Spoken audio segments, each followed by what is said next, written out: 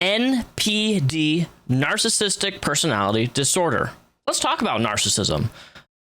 Because, oh my goodness, I'm sure you've met a narcissist at some point in your life. Maybe you've dated one. Maybe you've married one. Maybe you've divorced one, right? Narcissism, a very, very heavy, big word, which I feel like often gets used in situations that are not applicable for certain situations. It's so easy for people just to call somebody a narcissist. But do they actually have narcissism? That is the real question. And I think that you can accurately deduct if somebody is a narcissistic person based upon what they do around others and how they treat others, especially children and especially those who are close to them, which often, in my own experience, covert narcissists are a real thing, and they hide themselves very, very, very, very well. But I think the important thing I mentioned here is that I convinced myself that I had narcissism, that I had narcissistic personality disorder. And the reason that I'm even saying this is because in my last 4.5-year relationship, one of the most common things I was told by my partner is that I was a narcissist, a dirty, dirty, deep down narcissist. It's all about me, me, me, me, me, me, me, me, me, me, me. And it really, honestly, it got ingrained in my head. Like, this was a fact that I was a narcissistic, selfish person in everything I did. Even though I don't live that way, I convinced myself that I had a problem that I didn't actually have. Welcome to bad relationships, right? Often in marriages, friendships, relationships, I feel like people who often accuse other people in those type of close related dynamics all the time, like if somebody's constantly accusing you of, having an affair, they're probably having the affair themselves. If somebody's constantly calling you a narcissist, they're most likely a narcissist themselves, and they're projecting their issues onto you because it's easier to blame you and push everything onto you for issues that they're dealing with, right?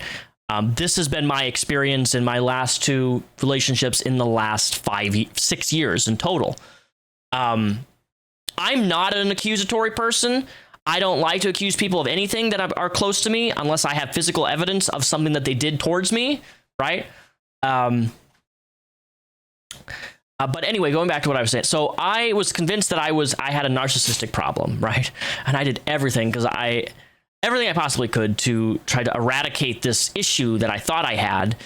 And then last year, after I had my relationship ended of 4.5 years, I paid money. I feel so stupid doing this, but like I really honestly thought I had a problem and I wanted to fix it. I wanted to face this head on. I'm like, dude, if I really am a narcissist here, because I was called a narcissist all the time by her, all the time.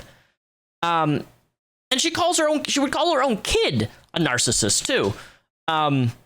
Which now when I come back to think of it, I was like, wow, okay, that's, yeah, calling it 11, a 12, a 13, 14-year-old a narcissist. Okay. So I went to a mental health professional. I paid $500 out of pocket. And I'm like, this is before I had insurance.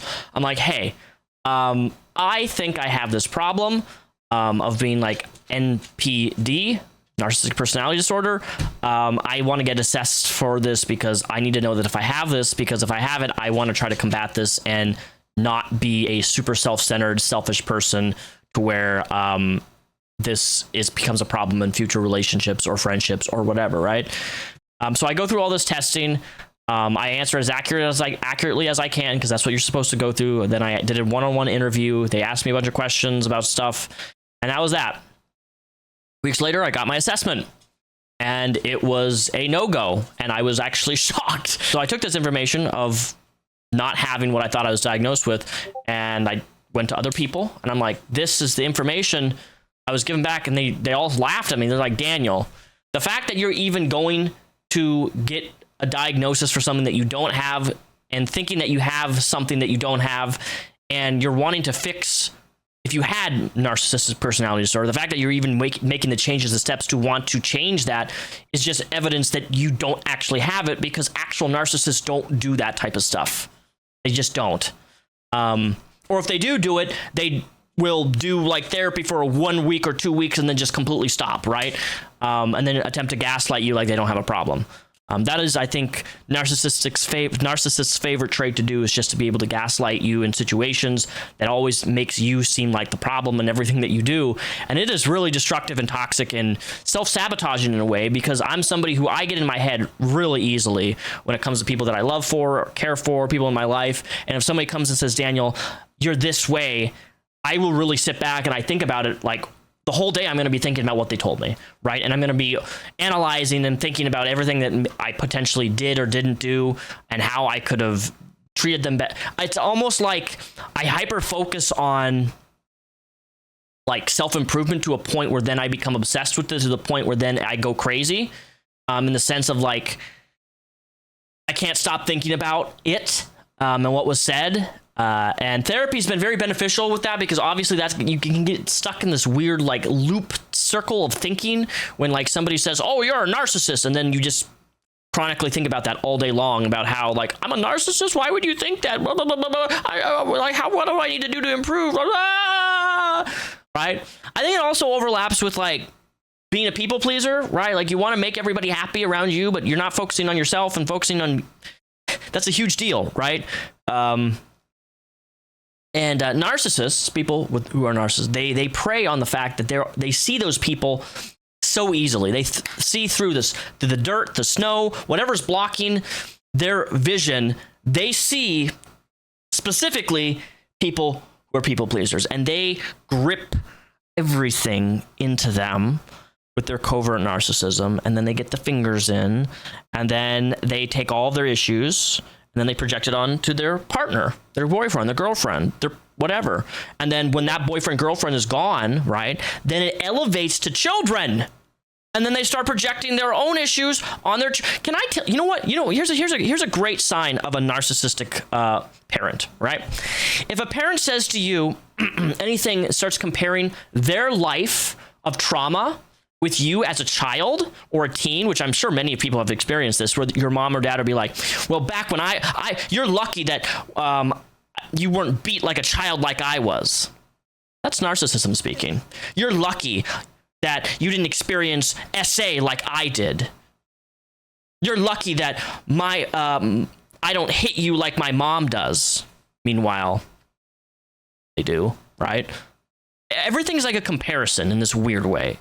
Comparison. Always comparing their childhood, their teenage life with their child or their teen all the time. And I've seen this happen live at work because I interact with all sorts of different types of people at my job. And I've seen this type of stuff happen. And I'm just like, wow, that parent is a piece of shit. Literally, they are a piece of shit and a failure as a parent, because they're projecting their... Just because you struggled as a child, as a parent, doesn't justify you to also make your children struggle by neglecting basic needs. And I'm not talking about basic needs as in heat, food, and water, right? I'm talking about basic needs in terms of emotional support and validation, just being present. The present aspect being a huge factor with narcissists, especially when it comes to narcissists and children, and narcissists who have a narcissistic parent or whatever. That narcissism usually is transferred to the kid, and then that kid, when they grow older, then typically puts it on their own children unless they get therapy and work through their issues. And sadly, a lot of people don't do that. So just know that if any parent is comparing their trauma and telling you all their trauma, right? And you're so lucky. You probably have a narcissistic parent at that rate, because that's horrible. And no kid or no teen or no young adult should have to deal with parents putting their projectional issues on their children, because you don't have somebody else to put it on. You don't have a partner to put it on. It just transfers to one thing to another thing to one thing to another. And that's why a lot of folks. A lot of narcissists don't usually typically maintain friendships for more than like a couple years at a time. In my own experience of witnessing people who I know who are chronic narcissists, they don't hold friendships ever. Everything just ends. I have a couple friendships that are still going on like 10 plus years, right? And then this other person I know, every time they have a new friend and I get introduced to them, that friendship dissolves every singular time. And it's like, bro, if every friendship that you have ends in some capacity, maybe the problem is you. Maybe your covert narcissism is becoming the actual problem. And then when people get close to you, you completely go off. And the other thing is, bipolar and narcissism are completely separate disorders, right? But I do feel like bipolar and narcissism do overlap, especially when people are going through bipolar episodes and they go in their manic states. I dated somebody who was very, very, very, very, very, very, very exceptionally manic. And oh my goodness, does that screw with your brain when you deal with manicness, because there is no rationale with people who typically get super, super manic. And if they are a narcissist, their manicness and narcissists just bubble up and fill the whole room, and you're not going to be able to make sense of anything, and things are going to get insanely toxic and destructive if that person with bipolar isn't either A, on medication or doing healthy coping mechanisms to deal with their mania. Let me tell you, a lot of people, especially older adults who are bipolar or who are narcissistic, don't want to get that fixed. Because when certain people go in bipolar, they almost get a high. Some of them get highs from it. The manicness, the chaos, the making impulse decisions that don't make any sense. It feels good in the moment for them. So therefore, they do a lot of irrational things. That hurts lots of people. So yeah, narcissism, bipolar, I do think they overlap. That's not to say that every person who with bipolar has narcissism, and every person who has narcissism is narcissistic personality disorder has bipolar. But a lot of these mental health related issues do overlap. And we, as people, need to be more aware of covert narcissists and how they operate, and how they turn us against ourselves, is what I'm trying to say. Because that's a big deal. And when you're turning against yourself, you're gonna have a hard time being in a happy relationship, being in a successful relationship, being in a relationship that makes you feel complete. Because no matter what you do, no matter what you provide, no matter anything that you can do, everything you do for the narcissist will never be enough. So, I don't know. I just want to share this with anybody. If you guys have any serious comments and situations you've been in with crazy narcissists and crazy parents who are narcissists who project all their issues on their children, and yeah, let me know. I'd love. I've been reading the comments to these last few uploads I've been doing.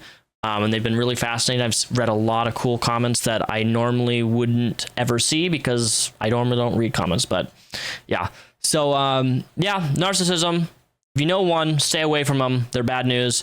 Also, support the sponsor of the channel today, Vance Global. Use code REPSION, 20% off all your orders, free shipping directly to your door. It will ship to all 50 states.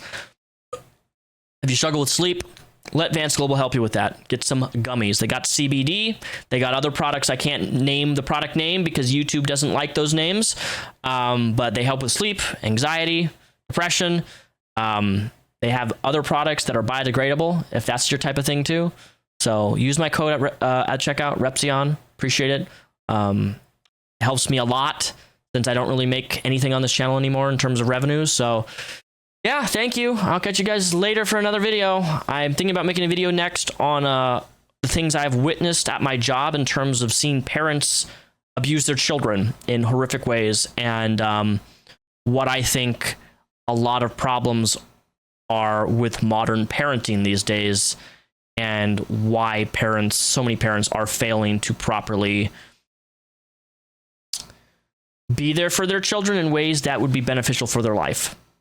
I don't know. We'll see if we'll see if my thoughts can be condensed into a video for that. But yeah, thanks for watching. Discord's linked down below. Cheers.